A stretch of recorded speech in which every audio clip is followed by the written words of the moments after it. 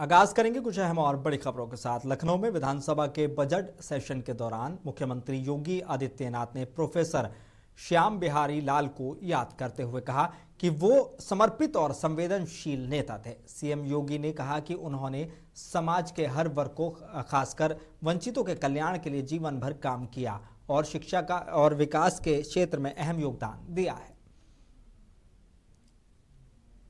Professor Shyam Bihari लाल का व्यक्तित्व एक मिलनसार, शिक्षित और जमीन से जुड़े हुए नेता के रूप में था,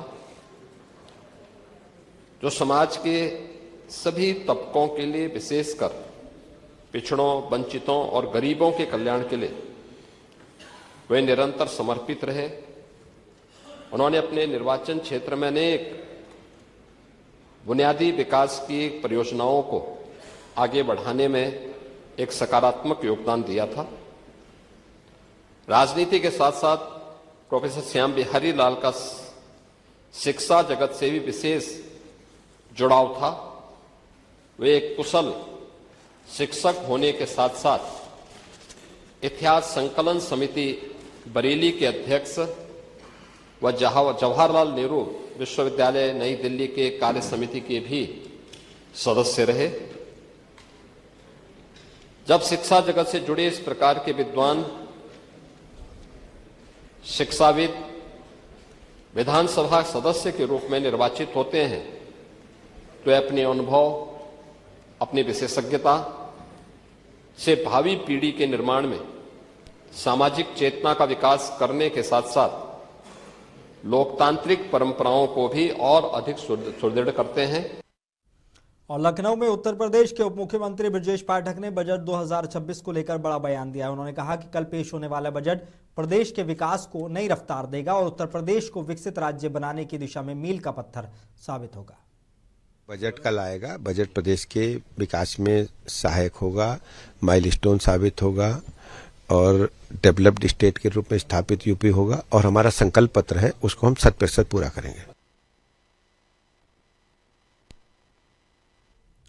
और यूपी विधानसभा के बजट सत्र के दौरान उप मुख्यमंत्री केशव प्रसाद मौर्य ने विपक्ष पर कड़ा हमला बोला। उन्होंने कहा कि विपक्ष का रवैया निंदनीय है। सवाल पूछना विपक्ष का हक है और सरकार हर सवाल का जवाब देगी, लेकिन सबसे अहम बजट सत्र का समय बर्बाद करना गलत है।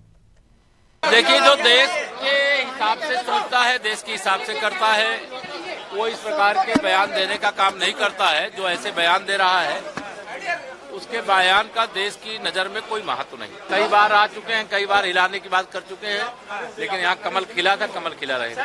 विपक्ष का रवैया निंदनीय रहा है। विपक्ष को अपने आचरण में सुधार करना चाहिए और सदन की कार्रवाई में सहयोग करना चाहिए। और जनता, 25 करोड़ जो उत्तर प्रदेश की जनता है, उससे जुड़े हुए कोई भी सवाल हो उसको उठाना चाहिए। सरकार हर सवाल का जवाब देने का काम करेगी।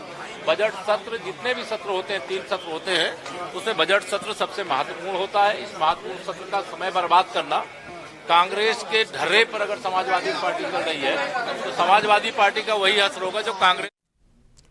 और किसानों को लेकर समाजवादी पार्टी के राष्ट्रीय अध्यक्ष अखिलेश यादव ने बीजेपी पर तीखा हमला बोला। अखिलेश यादव ने कहा कि असली खतरा किसानों को है। जब सब कुछ विदेशी हो जाएगा तो किसान क्या उगाएगा। उनका आरोप है कि बीजेपी की हमेशा यही सोच रही है कि किसानों को कैसे बर्बाद किया जाए। उन्होंने इसे किसानों के भविष्य से जुड़ा गंभीर मुद्दा बताया है। असली खतरा है किसान को। जब सब विदेशी हो जाएगा तो किसान क्या उगाएगा, किसान क्या पैदावार करेगा, किसान क्या कीमत पाएगा, किसान के घर परिवार में बेटियों कैसे विदा कर पाएगा, घर मकान के अलावा अपना जीवन यापन कैसे कर पाएगा।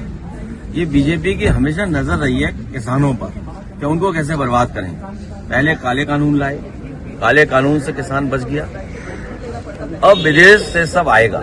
लगता तो ये है कि मिलेट का इन्होंने बहुत प्रचार किया, सुनने में आ रहा प्रचार की वजह से अमेरिका जान गया कि भारत को बहुत चाहिए मिलेट्स, इसलिए सब अब विदेश से आएगा। मैंने कल भी कहा था, बीजेपी न्याय दिलाने में भेदभाव करती है। उनका न्याय दिलाने का तरीका भेदभाव का है। वो न्याय नहीं दिलाते हैं, हर न्याय में भेदभाव करते हैं। अभी मेरी जानकारी में नहीं है कि क्या तय हुआ है ऑल पार्टी मीटिंग में। जब तय हो जाएगा तो मैं आपको बताऊंगा। यूपी विधानसभा के बजट सेशन में मंत्री सुरेश खन्ना ने विपक्ष के रवैये पर नाराजगी जताई। उन्होंने कहा कि विपक्ष का व्यवहार बेहद गैर जिम्मेदाराना रहा है। सर्वदलीय और बिजनेस एडवाइजरी कमेटी की बैठकों में सहयोग का भरोसा दिया गया था, लेकिन महिला राज्यपाल के साथ जो हुआ वो बेहद पीड़ादायक था। मंत्री ने कहा कि ऐसे रवैयों की निंदा की जानी चाहिए। बड़े बड़े सूरमा आए और चले गए, अब इनको भी देखेंगे। विपक्ष के रवैया सर कैसे देख रहे हैं? कल के विपक्ष का रवैया बहुत गैर जिम्मेदाराना है।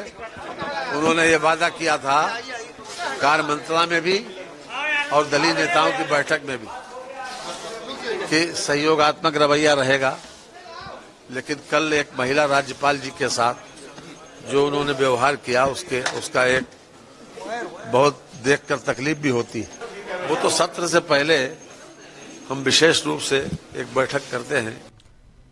और देहरादून में मुख्यमंत्री पुष्कर सिंह धामी ने single women self employment scheme की शुरुआत की है। सीएम ने बताया कि इस योजना के तहत पहले चरण में महिलाओं को 2 लाख रुपए तक की मदद दी जा रही है, जिसमें 75% सब्सिडी है।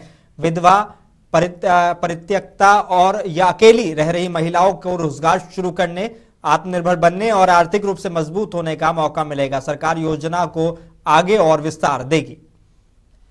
उन सभी के लिए आगे बढ़ने का अवसर मिले, उनके लिए एकल महिला स्वरोजगार योजना की आज हमने शुरुआत की है।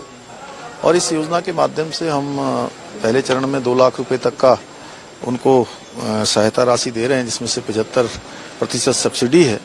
और इससे हमारी उन सभी महिलाओं को जो विधवा हैं, परित्यक्ता हैं या किसी भी कारण से अकेले जीवन जी रही हैं, तो उन सभी को अपना रोजगार करने का, सशक्तिकरण का, सशक्त होने का, आर्थिक रूप से मजबूत होने का अवसर मिलेगा और प्रोत्साहन मिलेगा। हम इस योजना को आगे भी बढ़ाएंगे और इस योजना के परिणामों के बाद इसको और विस्तारित भी करेंगे। कुंभ मेला हमारे लिए बहुत महत्वपूर्ण है और उसके लिए सभी तैयारियां हमारी समय से हों, सभी प्रकार के जो समन्वय करने हैं सब हों, लगातार मॉनिटरिंग हो। चीफ सेक्रेटरी लगातार उसको यहाँ से मॉनिटरिंग करेंगे, मेला अधिकारी, अन्य अधिकारीगण सब मिलकर, और मैं स्वयं भी उसकी मॉनिटरिंग करूंगा सभी से। और इसी प्रकार 4 धाम यात्रा भी हमारी प्रारंभ होने वाली है, तो उसके लिए भी हमने सभी तैयारियां अभी से प्रारंभ कर दी हैं।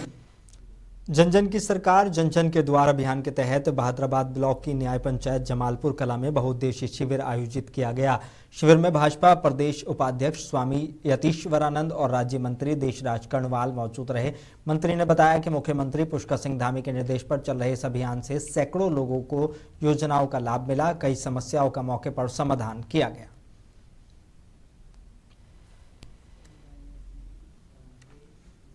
और रुड़की के लंढौरा में ऊर्जा विभाग ने बिजली व्यवस्था को आधुनिक और पारदर्शी बनाने की दिशा में बड़ा कदम उठाया है। स्मार्ट मीटर लगाने को लेकर ऊर्जा निगम गंभीर दिख रहा है। एसडीओ गुलशन बुलानी ने जनप्रतिनिधियों, समाजसेवियों और व्यापारियों से पहले आगे आने की अपील की है। उन्होंने कहा कि स्मार्ट मीटर से सटीक बिलिंग, खपत पर नियंत्रण और बिजली चोरी पर रोक लगेगी, जिससे उपभोक्ता और विभाग दोनों को लाभ होगा। आज हमारे विभाग द्वारा एक स्मार्ट मीटर कैंपेन चलाई गई है, स्मार्ट मीटर पखवाड़ा। तो हम प्रत्येक गांव में, और आज लंढौरा से इसकी शुरुआत हुई, प्रत्येक गांव में हमें जाना है, लोगों को जागरूक करना। तो उसमें हमारे जो कंपनी के प्रतिनिधि हैं, मीटर के अधिकारी हैं और हम, तो इसमें जो भ्रांतियाँ फैली हुई हैं स्मार्ट मीटर के बारे में, उन भ्रांतियों को दूर कर इसके क्या फ़ायदे हैं ये हम बताने का प्रयास कर रहे हैं, ताकि लोगों के मन में जो डर है, जो भ्रांतियाँ हैं, वो दूर हो सके। तो प्रतिनिधियों को भी बुलाया था और कुछ सभासद आए भी, और यहाँ सारे पत्रकारों को भी बुलाया था। तो वो सभी इन्वाइटेड थे, उनको समझाया गया ताकि वो प्रचार प्रसार कर सकें। और हमारा डोर टू डोर कैंपेन भी इसमें चलेगा। और मुरादाबाद में एआईएमआईएम के यूपी अध्यक्ष शौकत अली के एक बयान से सियासी हलचल तेज हो गई है। जनसभा में उन्होंने जनसंख्या बढ़ाने को लेकर हम दो हमारे 2 दर्जन का नारा दिया। साथ ही सपा विधायक पर शराब कारोबार के आरोप लगाए और मुस्लिम सुरक्षा, मॉब लिंचिंग और मदरसों को लेकर भी बयान दिया। बयान के बाद राजनीतिक विवाद गहरा गया है। अल्हम्दुलिल्लाह, हम तो कहेंगे कि ज्यादा से ज्यादा बच्चे पैदा करें आप लोग।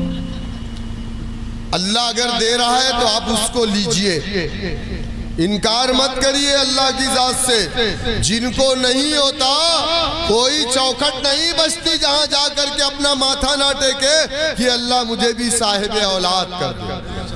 और मैं ये भी सुनिए, जब तक दे रहा है जब तक लेते रहिए। लोग थोड़ा परेशान तो हैं, कि हमारी आबादी बढ़ रही है। अरे देश की आबादी जितनी ज्यादा होगी देश उतना ही मजबूत होगा। चाइना की आबादी ज्यादा है, चाइना मजबूत है। हमारी आबादी जितना बढ़ेगी इंशाअल्लाह हमारा देश उतना ही मजबूत होगा। तो हम तो आज से एक नारा देंगे कि हम 2 और हमारे 2 दर्जन।